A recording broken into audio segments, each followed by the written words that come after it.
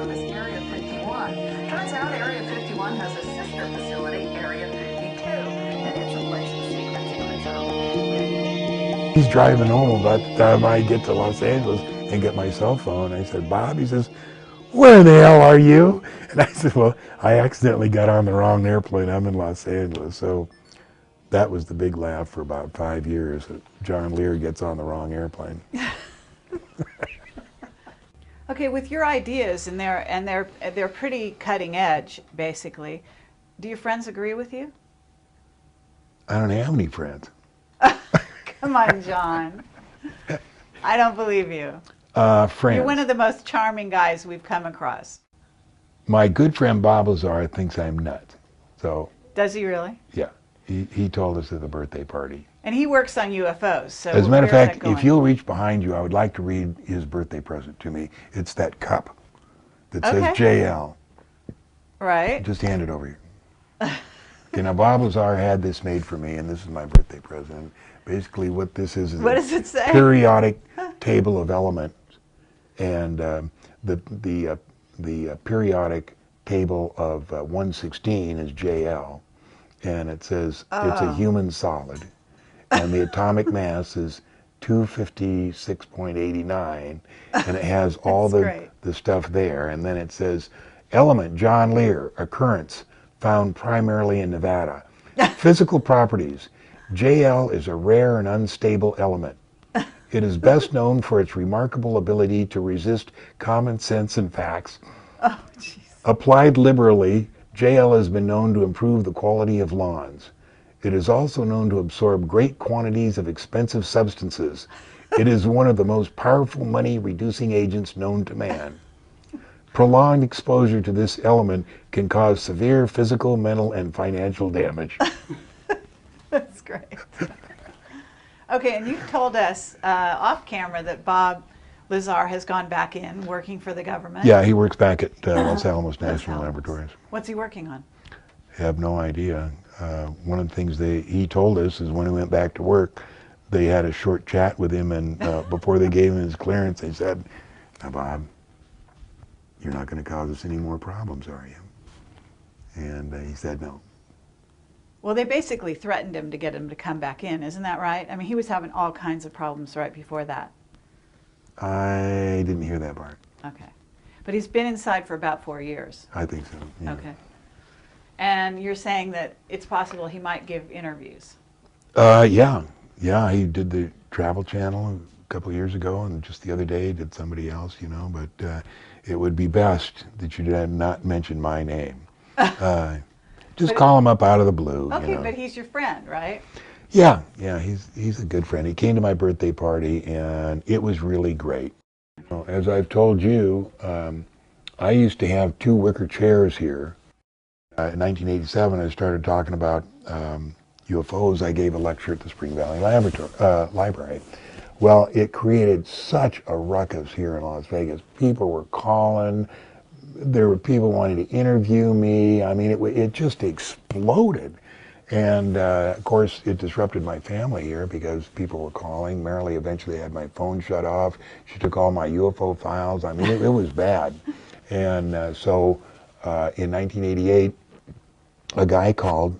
He said, my name is Gene Huff. I'm a real estate appraiser, and I'd like to get some of your tapes and stuff. I said, Gene, I'm out of it. You know, it's almost cost me my family. I'm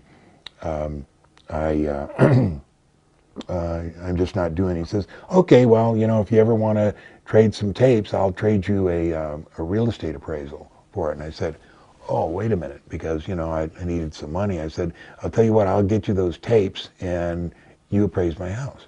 So he came over the day after that to do the measurements. Of course, he had no idea it was 7,700 square feet. He's complained ever since because he had to do such a huge house for just a couple of tapes and some information. Well, anyway, when he came over, he brought this guy named Bob Lazar, and he introduced him to me. Bob was the guy that holding the end of the measuring tape, and he said Bob used to work at Los Alamos National Laboratories, and he lives in town now and develops photos. And so I said, great, you know. So Gene and I are talking about UFOs, and Bob was rolling his eyes. He said, you guys are nuts. This could not be true. I worked at Los Alamos. I had a Q clearance. If it had been true, I would have known about it. I did enough snooping around there. So he didn't want to hear about any of this stuff. So anyway, that was like in June of '88. So over the next 4 or 5 months, Gene and I and Bob exchanged information. And Bob, you know, there was 3 or 4 things that pushed him over of this is totally ridiculous, that it might be true. And one of them was, in those days we knew about a secret facility at Los Alamos called YY-2, and my information was that it was where they held the aliens there. And then there was something else. But anyway, Bob found out, yeah, there was YY-2, and yeah, it was way more classified than he could end. And there was like 3 or 4 things. And anyway, in November, that was when Bob decided that, well, you know, I think I'll see if I can get a job up at Area 51. So he called Dr. Teller, who he knew from Los Alamos, and I think I was there when Bob talked to him, and Teller said, do you want to work out here at Lawrence Livermore with me or there in Nevada? And Bob said, I want to work at Groom Lake. And so Teller says, okay, well, let me get back with you. So then Bob had 3 interviews down at EG&G, and he would come up here after each interview. And I remember after the second interview, the first question was, do you know John Lear? And what do you think of John Lear? And Bob said, yeah, I know him, and I think he sticks his nose into places where it doesn't belong. And Bob told me what I didn't tell them was, I also like to stick my nose into places where it doesn't belong. So he got his 3rd interview, and he told us, you know, he aced him because they talked about really technical stuff. And he just laid it out, and he said, I did a good job. Anyway, the next thing I know is December 6th of 1988, Bob sits down, and he says, I saw a disc today. And I'm writing out checks there, you know, and I'm not paying attention. I said, what? He says, I saw a disc today. And a disc? Theirs or ours? And he said, theirs. I said, you went to Groom Lake? And he said, yeah. And I said, what are you doing here? I said, obviously they're going to follow you. Why don't you just, you know, work there for a while and then come and tell us what happened? He says, because I have seen you take so much crap over the past 6 months about this. I'm telling you, it's real. I saw it. I touched it, you know. And then we spent about 2 hours talking about stuff. And it was just totally shocking. And okay, and then, but tell us that story. I mean, we got it on the other tape, but it's just so much fun, where he sits down and says, John, you'll never know what it's like. That was January, and he'd been up there 2 or 3 times, or 4 or 5. I don't know how many. And I remember January because it was bitter cold. And I had a short sleeve shirt on like this, and Bob comes in and sits there, and you know, he's just on. He's lit, and he wants to talk about something, and we already knew we shouldn't talk in here. So we went out by the pool, and Marilee's coming this way, and you know, she said, what are you 2 doing?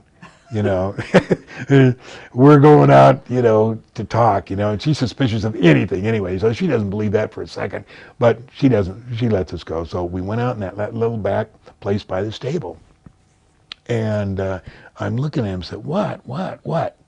He said, John, you will never know what it's like to see your first alien. I said, you saw one? He said, yeah. I said, it couldn't have been a doll, it couldn't have been, no, it was one. And, you know, these days you ask him that question, he says, well, I don't know, could have been a doll, they were doing all these weird stuff. Oh, yeah. But that night, that's exactly what he said. Okay. And I said, how did it happen? He says, well, I was walking down the corridor, he said, I got a guard on each side, and he said, I walked by this door, and there's like a 12-inch window pane, and it has wires through it, and I looked through it, and there's 2 guys in lab coats facing me and an alien standing up talking to them. Now, did I show you that picture? No, I don't think so. Because he drew it for me. Oh, really? Do you want me to? You have Do you his want me to get drawing? up? Yeah, absolutely. Yeah. These are a lot of stuff I kept from Bob. For instance, here's how security clearance works. The lowest clearance you can get is top secret. And then above that, there's 28 levels of top secret crypto. And then above that, there's 10 levels. Now, these aren't the real names, except the top one is Majestic. Now, each one of these are compartmentalized, so that you may have top secret crypto 25, but you don't get to know all that information. All you get to know is what you're cleared for.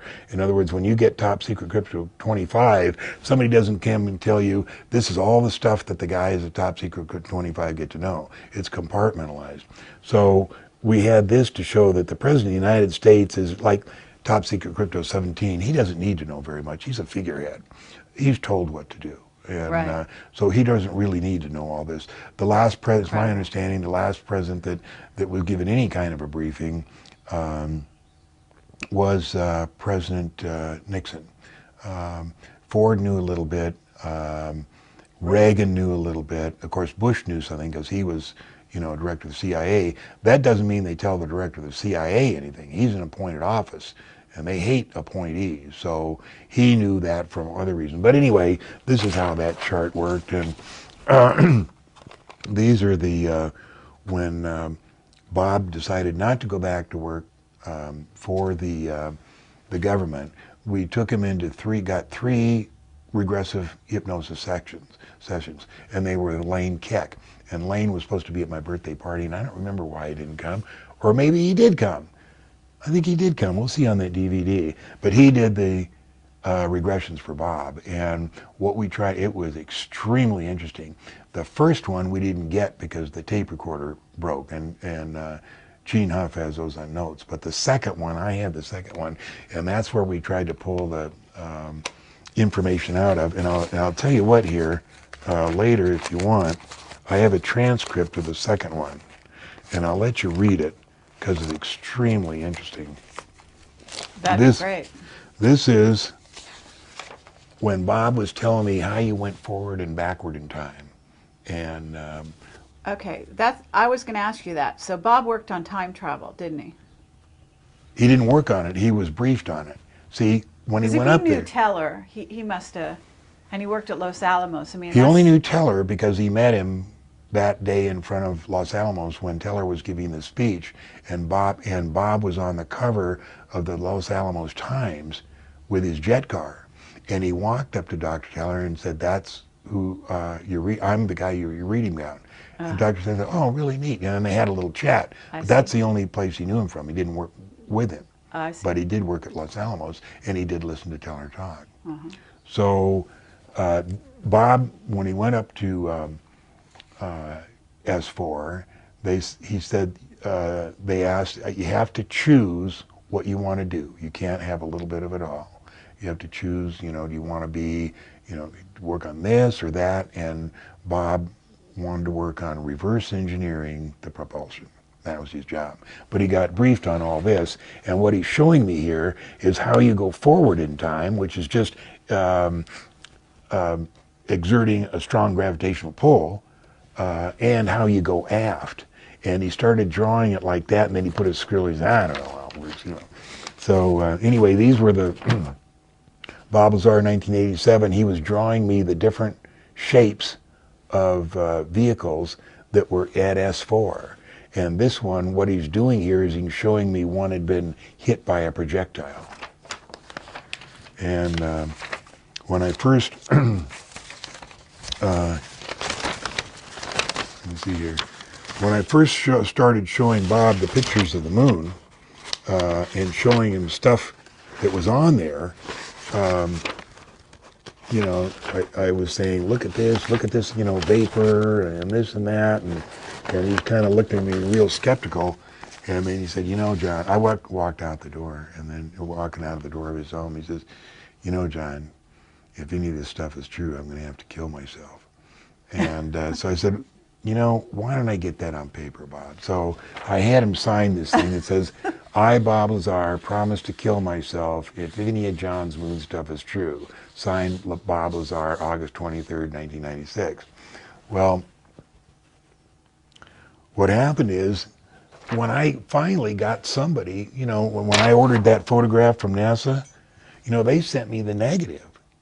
It was a, you know, it was a 16 by 20 negative. Right. And it took me, you know, 5 or 6 years before the technology got even to Las Vegas to make a positive that size negative. So when I got it, I took it over to Bob's house, and there's a little one right here. This was the first I got, and I took it over to Bob, and he scanned it. And those are the scans went on ATS.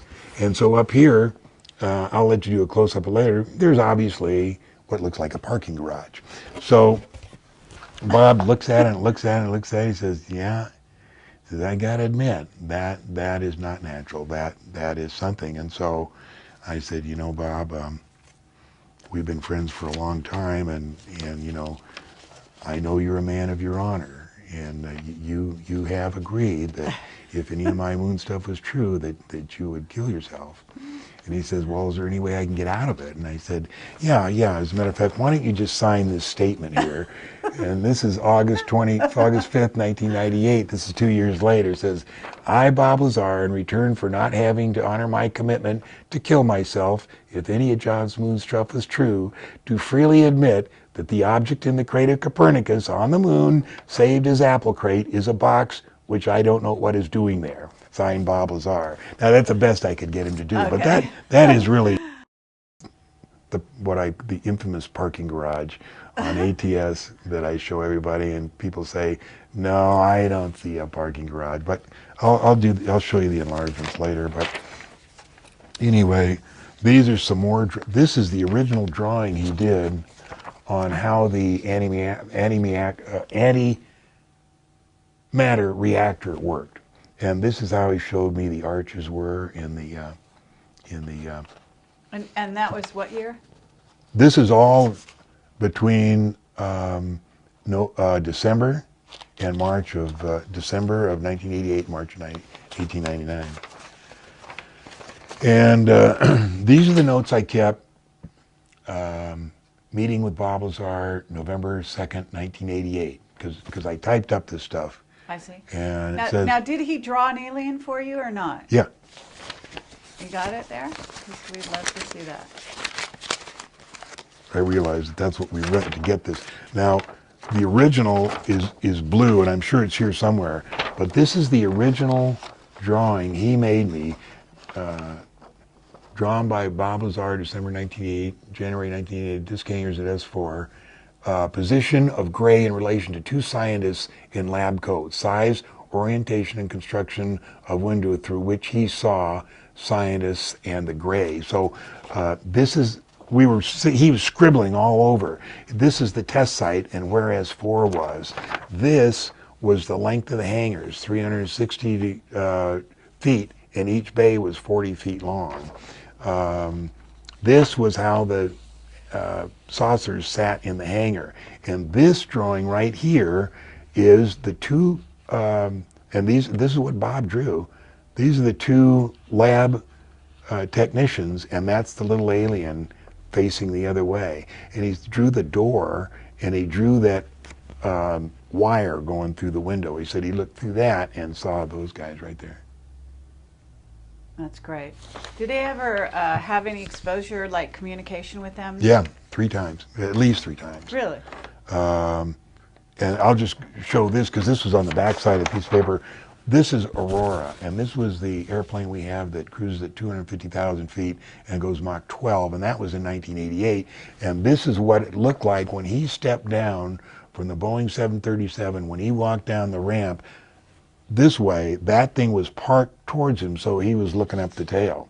And he said it was absolutely enormous. He said there was 2 giant squares where the exhaust was, and he said a man would look like a little doll, standing in those. Wow. He's looking at it from behind. He's looking at it from behind. Yeah. So he doesn't know exactly. He just assumed that that's what it looked like in plan view. So anyway, the 3 times that he saw the alien was the first time was when they gave him the pine-smelling fluid. And what they did, it's really interesting, when Bob came in here the very first day, and he said, I saw a disc. I said, and he used to wear a ring, and I forget which finger it was on. I said, okay, now listen to me, Bob. They're going to give you some drugs and to make you forget what you're doing. So what I want you to do is, when they take you in to give you the drugs, I want you to take your ring off subtly and put it on your other hand. You won't remember, but when you come up to see me, I'll see it and you'll know you already take the drugs. He said, wow. They already did that today. I said, they did? And he said, and he described this elaborate drug test of, how they took a needle and they put a rectangle on his, scratched a rectangle on his arm, and then made lines like this and lines like that, and then they'd take stuff and they'd put into each little square like that. And then they took him into a room, and he said the room was just like a regular doctor's office, and there was a couch, and he laid on the couch, and he said there was a screen and blocking something, and he said he knew the gray was behind it. Then there was a military guy with an M16, and a doctor and a nurse, and they had him drink the pine-smelling fluid, and he drank the cup, and immediately he felt, dizzy. And he said, he described exactly what he felt like. He said he felt like he was in a well that was 100 feet deep, that his arms were 100 feet long, and he was just holding on to the sides of the well, just barely with his fingertips. That's what he felt like. Huh. He said then they started to read the clearance with which he was, or the briefing of the clearance with he was being given. So they'd say, they'd read a sentence, and say, and I understand that, I am being briefed, and at the end, the soldier would take the M16 and poke it into his stomach like that. And he said it really hurt. And each different phase of the clearance, the soldier would take the M16 and poke it into his solar plexus. So, and so in the tapes that Lane Keck did, when we were trying to get the information out, they told him a lot of really interesting stuff, and when we would get to, well, what's going to happen in the future, he'd say, I'm not supposed to talk about that. And then Lane would try to work around it with some subtlety, and Bob would grab it, says, no, I can't, it hurts. Oh, no. And wow. So that was so like a programming thing. Right. So did he ever do the ring trick? No, because he had already done it. He said they already drugged him. But he had to keep going to work, so. See, the reason he quit was because when we got caught, he invited us up to see the flying saucer flights on May 21st, or March 21st, 1989. And I have that tape right here, and I'll show you. It's only 9 minutes long. We took that Celestron 8, and we saw, he told us when it was going to fly, and me and Gene are right there, and I focused in on it, and I saw a flying saucer, and it was, tilted about 40 degrees, and it was gold, and it had the stuff radiating off, and I said, quick, Gene, quick, take a look. And as I stepped back, I hooked my right. foot around the thing. So that came up at the birthday party, because everybody at the birthday party was supposed to tell a John Lear story. And that was Bob's story.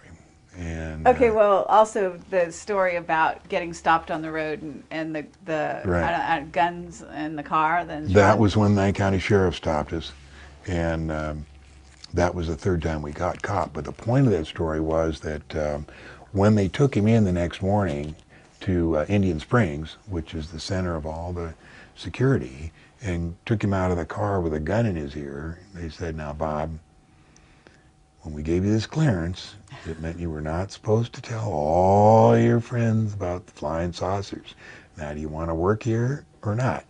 And that's when Bob was non-committal, because the last 2 flights he had taken up to Groom Lake, he could remember walking up the steps and walking down, but he couldn't remember anything in between, and he said he didn't want to work on a program like that. Well, what about the tall whites? Because from what I understand, you know, Charles Hall talks about the tall whites being out at Indian Wells, that area. You know anything about No. that? Mm-mm. Bob ever talk about the tall whites? Mm-mm. No. No, only the grays, and they only had the 3 times.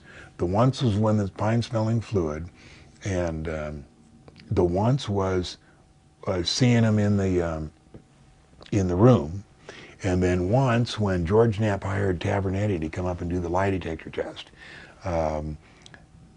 George rented a room at Caesar's Palace, and Bob and Gene Huff got there early, and they knew the room, and so they pulled the door open, and Gene pulled the door open. Bob looked inside, and he turned white and nearly fainted, and he walked over and he sat down in a chair, and Gene says, "What in the heck is the matter with you?" And Bob said, I just had a flashback. He said, I remember talking with the gray. And what had happened is when they opened the door, the way that Tavernetti had set up there, it wasn't very much light. It was one single table with a chair on one side and a chair on the other side and some equipment there. It triggered this reaction of Bob when he was reading the briefings and the gray was across from him. And it was such an overwhelming experience of when you first, are in the presence of a gray, when, you're used to asking a question and then having somebody respond, but when you're talking to an alien, they pick it up from your mind and they're answering before you can get out of your mouth, and it gets confusing. And it was just an overwhelming experience. So that was the other time that Bob had the... Now, do you think he'll go on camera with this stuff? I doubt it, but you never know what he's going to do. You never know what he's going to do. So let me look through here. This is the page when we were trying to think of the guy he worked with, Castrioloni. But I think we finally determined what the guy's name was, and George Knapp has it, but I don't know what... So is George Knapp working for the agency? No, George Knapp works for Channel 8. Oh, you mean undercover? Yeah. I don't know. George knows a lot of stuff. And he had me on a couple of months ago. And what he was doing was a story on Sandia. Sandia is the most secret, or not the most secret, it's the secret base here that replaced Groom Lake, Area 51. And it's out on the Paiute Mesa. And I got a map of it here. They started building it in 1980 and finished it in 1987. So it's now 20 years old. About 4,000 or 5,000 people work out there. I mean, it's a huge underground base, absolutely enormous. I mean, there's great big cylinders of offices and stuff that go, a mile deep, and then out on the test site, there's a couple of runways with all new hangars there and everything. It's just a massive operation. So when George went up there to film it and he couldn't find it, but anyway, I'll show you. As a matter of fact, I have it here on DVD. I'll show you the exact thing that we did. I told him that one of the interesting things was that how do we get the people out there? They can't drive out there because it's too far. Can't have that many people on Highway 93 or 95 because we'll be exposing that stuff. We can't put them on the 737s because they're already full now, and we can't put on more airplanes going out there. So what they did is they built a high-speed train that goes from Sandia down to Vegas. And what they did is they put the stops under 2 of the major hotels so that the guys, it just looked like gamblers or hotel guests walking in there, and they go in there, they open a door, do the card key, and go down to the thing. And it was great how they do that. Which hotels, Yeah, but I'm not going to say. That's great. So I got to show you. Have you ever taken the train? No. Where it is. You can, I've been meaning to go down there, but I try to stay out of trouble. Here's the Los Alamos monitor that Dr. Teller was reading when Bob was. Okay, yeah, that's great stuff. Yeah, I have a friend, Jim Goodall, and he said, I'm coming down there, and we're going to go up to the test site. And I said, I used to do that stuff, but I'm still alive, so, it's all the same to you. I don't want to do it. Here's 3 things that I wrote down that were important. I came up with the speed of time, and Bob said, you know, I told him what it was. He said, that's correct, but he said, who cares? And what I said was the speed of time is directly proportional to the amplitude of the gravitational flux. In other words, the speed of time is dependent on gravity. And Bob told me it is theorized that there is one black hole for every galaxy. It's theorized that every black hole has its own galaxy. HIV, the protein code, is on the virus itself. And the recycle time of the gravity amplifiers is 10 milliseconds. Now, the HIV, have we talked about HIV? No, but we can definitely go there. AIDS was invented by a Navy surgeon named R.M. Donner, and when Bob read the read the briefing up at S4, one of the things that impressed him is that in the paper, all the briefings he read were, you know, 50, 100 pages with a blue cover, and they were scattered on this table, and he could take each one. And what it was that as he progressed his clearance, these briefings would, let's say this is one briefing, it would be stapled here. And as his clearance progressed, you know, they would unstaple a few more pages. But anyway, on the briefing of AIDS, and I have the, it's probably in here, because I wrote a whole thing on what he told us. It was developed, you know, to get rid of a certain segment of, or number of human, but it was developed by R.M. Donner, and it has the exact cure for AIDS. And it has to do with the cucumber Trichosanthus curalawi, which is only grown in China. We tried to get it out of China, 3 attempts, but however they know, somebody knows, and each one had been cooked either by a microwave or something as it passed through customs, so it's impossible to get it out. But I'll read you the exact cure and how it works, and if you could... Well, we have a contact right now who says he worked on that, on engineering the AIDS virus in Africa. Possible, but it wasn't in Africa, it was here, and it was released in Africa, but it was developed up at S4. So Bob and I looked for R.M. Donner. We found him. He lived in Santa Fe, and he was retired, and we went to see him several times because Bob then had the contract for the repairing the alpha probes. And what we used to do is we used to drive to Los Alamos from here. It was a 16-hour drive, and Bob had a friend there, and it used to take us like 24 hours to rebuild all these alpha probes. There was like 300 of them. And we'd clean them all up and then rewire them and then put the aluminum tape on them, and then we drive back to Las Vegas. What's an alpha probe? They scan for radiation of the people that go in and work in Los Alamos. Oh. And Bob had the contract. So we did that about every 6 weeks. So what we do is we try to, we knew where Donner worked, and we go there and we missed him every time, and then we finally got his home address, and we went to his home, and we could never catch him home. Now, whether he was not answering the door, or whether he was not really there, or whether we didn't really have an address, I think we did. We never met up with him. Now, when Bob started to make some money on the photo business and the alpha probes, we actually went on the airline to go to Albuquerque, and we'd rent a car to go up to Los Alamos. So this one day, and the same things happened on this one day, and I told this in the John Lear stories. I'm going to tell this on myself.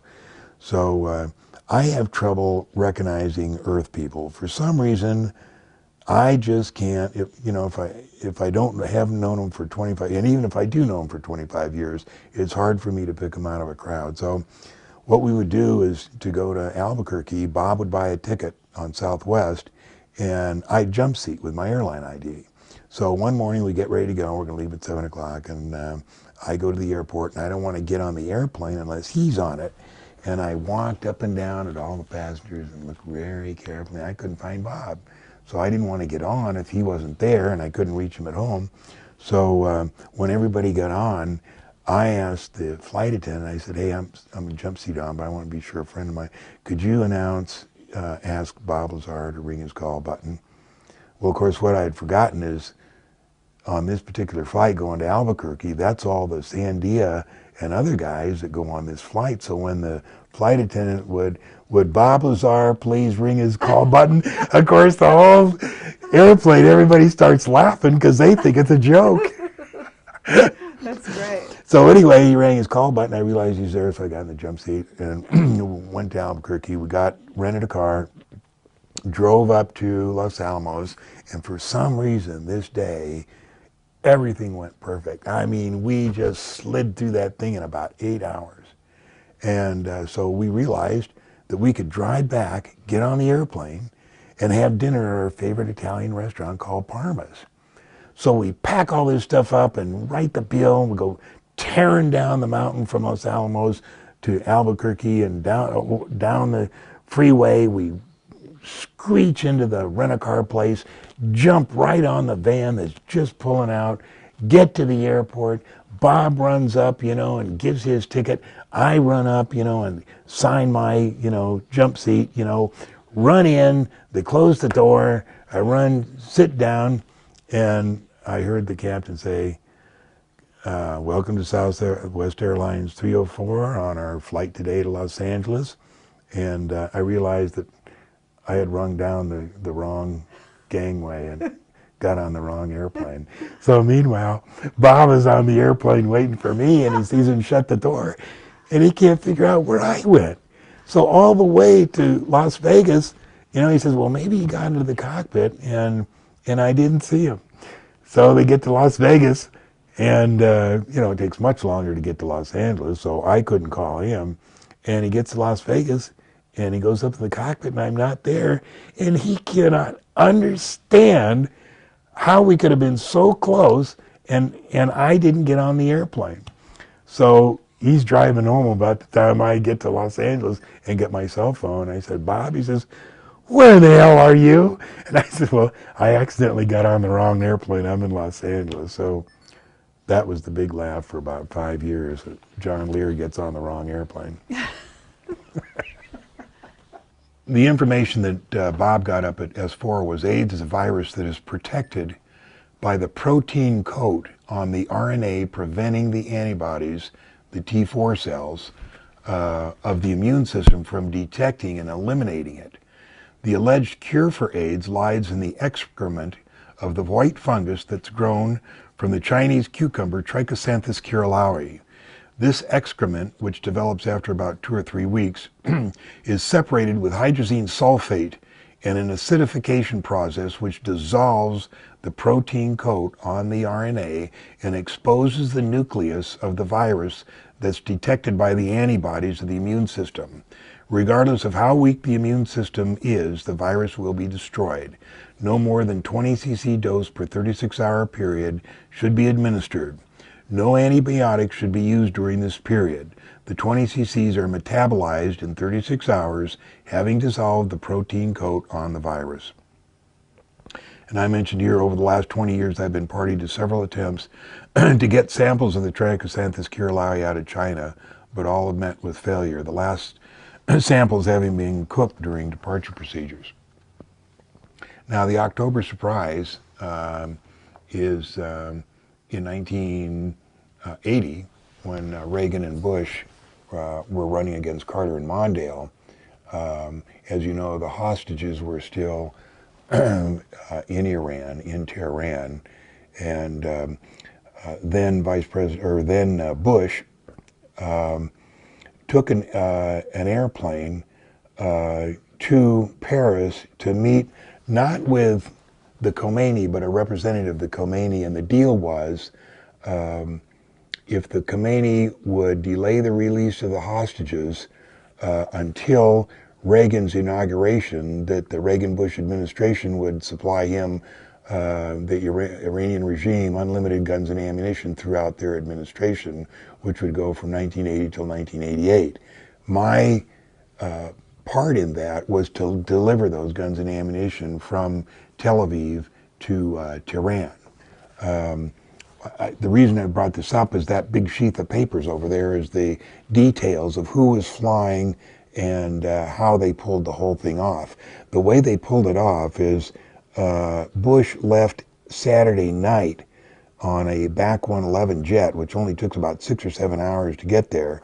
He only spent about 4 or 5 hours in the meeting, and then he was flown back in an SR-71 from a base in France to McGuire Air Force Base, and it only took an hour and 14 minutes. That way he was able to show up for a tennis appointment that he had on Sunday, and that the press would have not known of the lapse in time or the trip.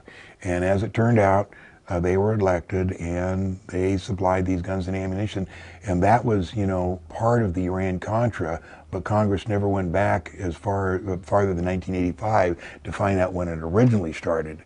And when I moved to Egypt in 1981, that was going to be my job, was to take those arms and ammunition from Israel, from Tel Aviv to Tehran. They were coming into Tel Aviv from Zaragoza, our Air Force base in Spain, and Mossad was handling the whole thing. The reason I never did fly a flight, and the reason was the first airplane in was a Argentinian CL-44, and what they wanted to do was use an old turboprop airplane to be sure everything went fine and there were going to be no problems. And for some reason it got shot down on its way out, and it got shot down over Russia about 40 miles south of Yerevan, and which is well inside Russia. And the Mossad couldn't figure out how the pilots got off course. They were on their way out. They had dropped a load, or, you know, already dumped the arms and ammunition off, and they finally figured out that what must have happened is the pilots were intercepted by the Russian MiGs, who knew what was going on and didn't like it. And the pilots thought, well, you know, might as well follow them because we got nothing on board. They can't prove anything. And then as soon as they got them over Russia, just shot their ass down, which was a message to Mossad, hey, we don't want this to go on. So that big sheath of papers, you know, was the history behind the October Surprise. There were 2 books, one Gary Sick and Barbara Honecker, each wrote books about it. Congress went as far as to actually launch an official investigation in 1990, but it was all covered up because, you know, nobody wanted to go back that far, hear any more stories about that thing. But the hostages did spend, see, October, November, December, an extra 4 months there. Because so Reagan could be elected. Right. Incredible stuff. And a lot of people know this story, but, you know, it's been, what, 30 years, and pretty much everybody has found it. The only reason I brought it up is because I'm putting the history there of who the pilots were. And what about, what do you know, anything about the Minot, the recent incident with the Minot Air Force Base and the weapons that were, the nuclear warheads that were attached? That smells to high heaven. I followed that on ATS. It was very, very thorough. It was one of my favorite threads. It went on forever, and we had some guys at ATS that really knew what they were talking about, and that was extremely interesting. It had to be Cheney. It couldn't have been anybody else that authorized it, and it was one of the most double-dealing instances I've ever What would seen. you say it was a setup for, though? Why'd they do it? You know, that's the question. Why did they? They had nuclear weapons already in Europe. Why they need to steal them? You know, and why they need to fly them from, you know, from North Dakota or whatever it was, South Dakota, across the United States. I mean, what was the point? It's crazy. There is no point. Well, there is a point, but I don't know what it is. Oh. But that episode was extremely interesting. I'd sure, you know, one day we'll find out, you know, and we'll say, oh, that's what it was all about. But I don't know. But that was really. It's Minot. Yeah, Minot, North Dakota. That's the French pronunciation. Yeah. We Americans call it Minot here. I see. Okay. I'm kidding you. Okay, so where are we going next, John? What do you have? I don't know. While we're figuring out where we're going next, I just ordered this book. It just accidentally came up there It's called The Gravitational Force of the Sun by Perry Spalter. It was written in 1993, and basically what it says here, this book is a serious challenge to Newton's law of universal gravitation as presently formulated. And I'm just, this far in it. And basically why that interests me is because Newton did have some ideas about the moon, along with, throughout history, about 36 other people who thought there was gravity on the moon, there was atmosphere, and there was people up there.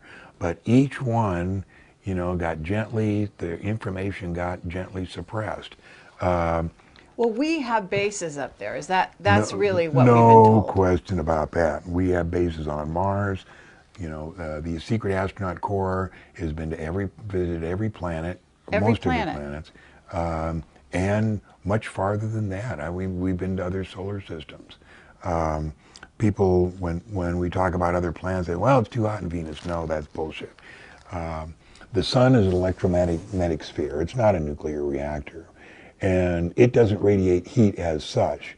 It radiates electromagnetism. And each planet has its own filtering system.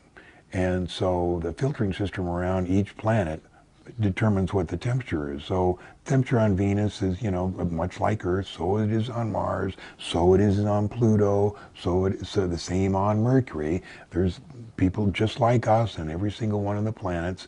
The planets that you hear about as being giant gases, like Saturn and Neptune, there's only one gas giant in our solar system, and that's NASA, NASA. That's the only gas giant we have. All the rest of the planets people live on and happy. Okay, so what do you think? They're being shrouded? You think there's we're being suppressed. The information is being suppressed. We're not allowed to know about any of that. The people that Hoagland talk about have taken over, and they consider space personally theirs, and they don't want to share it with any of us. They have technology that we wouldn't have to pay for gas or electricity right this single minute. Right. But they don't want to share it with us. It's only for the elite, and we're not included there. We can go to war and be subjects for weapons and tests and stuff like that, but we are not going to share in that technology. But out there, there's a fantastic universe, fantastic set of planets. It's really interesting out there. John, I would like to ask you a few questions. Basically, sure. On behalf of the people who are watching this video, we're asking these questions on their behalf. Mm. First of all, I want to say that our source, Henry Deacon, told me personally, I don't think this is on our site, because for me it felt outlandish. He said that there's life on every planet in the solar system. He looked me in the eye and he said, you may well not believe this, but I promise you it's true. Yeah. He said that Venus is not as hot as they want you to believe. He said the sun doesn't work the way that they teach you in school. He said a whole bunch of stuff that corroborates what you're saying. Now, he was on the inside. He's worked in deep black projects all over the place in a number of establishments. And so his source comes from briefing documents, conversations with other physicists, and so on and so forth. Where do you get your information from here? Because this is so extraordinary and way off the end of the spectrum that people need to know how you figured this out, or who's told you this, or what your sources are. Specifically the sun, that came from a document in the Branson files. Branton files. Okay. So have you ever met Branton? No, but we used to talk a lot, and I'm not sure whether I ever met him face to face. But his name is what? His real name? I don't know. I forget his real name, but he's... Anyway, Dave. I think it's Dave something. But anyway, we used to be real close, and then he got sick for a while, and I don't know what he does. But his information is so interesting, and I have no reason to believe that most of it's not true. Have you read the Branton files? Oh yeah, they're absolutely. Lengthy. I have a 3-inch binder that I had him printed out. I mean, he's the one who really publicized the Dulce base information big time in those files. And you're familiar with all of that, right? the whole Dulce story started in 1987 when me, Linda Howe, Tom Adams, and several others met in Crestone, Colorado, to discuss the state of UFOs. And during that meeting, it was about 3 or 4 days, Tom Adams walked over to me, handed me a note, and it'll turn up eventually, but I don't have it right now. And the note was from him, from who I call Mr. X in Henderson, Nevada, and told him about that he had a friend that worked at an underground base in New Mexico, that the halls went on forever, tile walls, and a little bit of the stuff. And Tom handed me, he says, "John, I don't have time to go out there and research this. Would you look into it?" And I said, "Sure."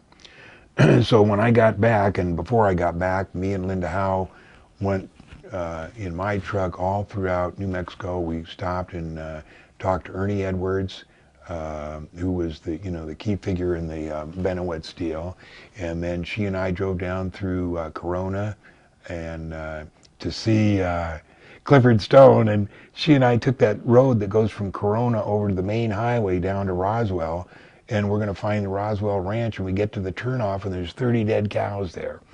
And it was crazy. And so they didn't have the classic mutilations, but they were dead. And we talked to the farmer there, and he said, "Oh yeah, there's some kind of a virus going around." And I forget what the whole story was, but none of it made any sense. And we went down and interviewed Clifford Stone, and then I eventually drove back to Las Vegas and met with Mr. X. And Mr. X started telling me about Dulce, about the guard that had witnessed the atrocities that were going on there and didn't agree with them, and had decided to escape. And he escaped with allegedly 7 minutes of videotape that showed the hallway, 25 black and white photos, and 100 pages of information. Now we're told this is buried on top of a mountain and it's inaccessible. I'll get to that.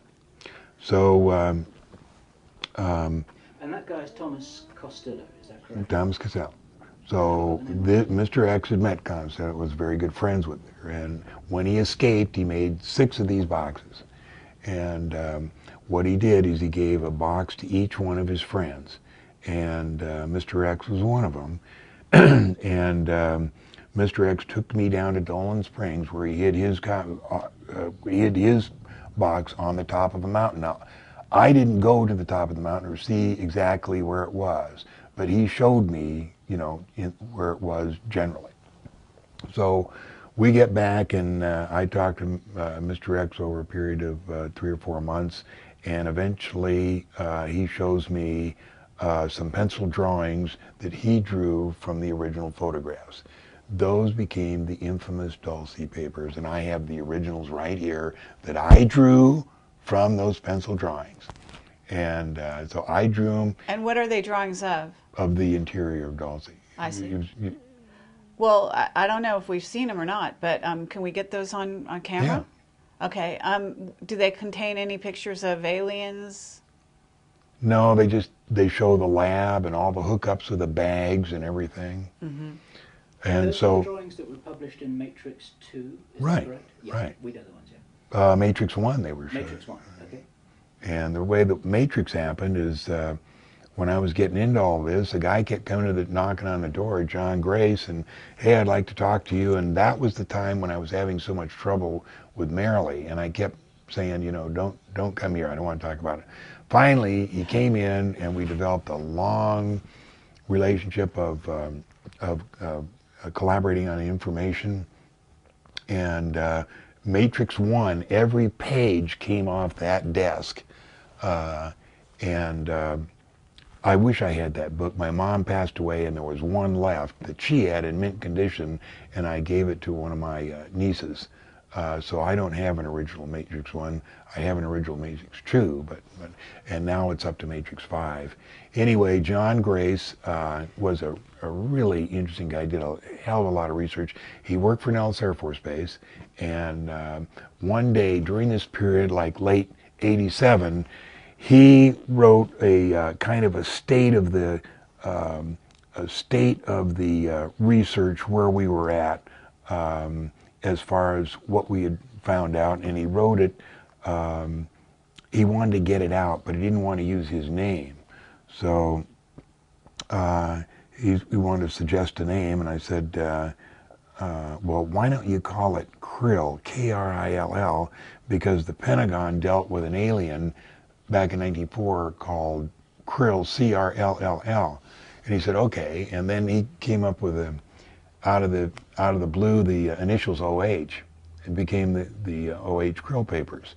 And we weren't trying to shine anybody on. We were trying to put any false information out. It was just what we thought the state of the art was then, and John wanted to know, and we made up that name. So later it became a full-fledged disaster because Bill Cooper started coming up then, and Bill Cooper and I did several video interviews, and one of them with this PM magazine in Salt Lake City.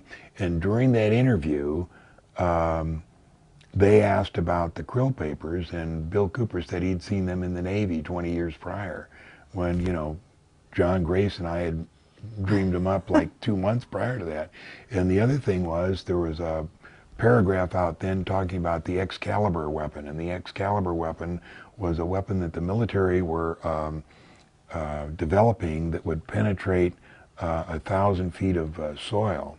And Bob Lazar had written that like 2 months prior, and Bill Cooper had said he'd seen that in the Navy 20 years prior. So I took Bill Cooper out in that dining room. I said, what in the hell are you talking about?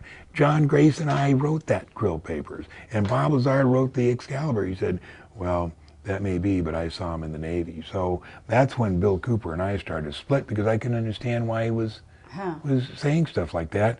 And then it became known as UFO disease. And UFO disease is when you get so popular in the UFO field and you don't have anything new to say, you make it up. Okay, well, let me ask you something, because as far as I know, the Matrix books are written by Val Valerian, who is John Grace, right? Right. Okay, so Matrix 5 talks about Planet X, I'm told. I've got Matrix 5, and I remember seeing Planet X referred to in there, but, you know, basically I was just told that it reminded, I guess, that it talks about Planet X. I mean, it certainly talks about everything in there. But, and you say Planet X is a complete fallacy, so are you still in touch with John Grace? You know why he says it's true? No, I don't know. John Grace, you know, I ordered Matrix 5, and I read the first 30 pages, and I couldn't get any further, so there may be a Planet X, there may be a Nibiru, but it's not going to destroy Earth in 2012. Okay. Huh.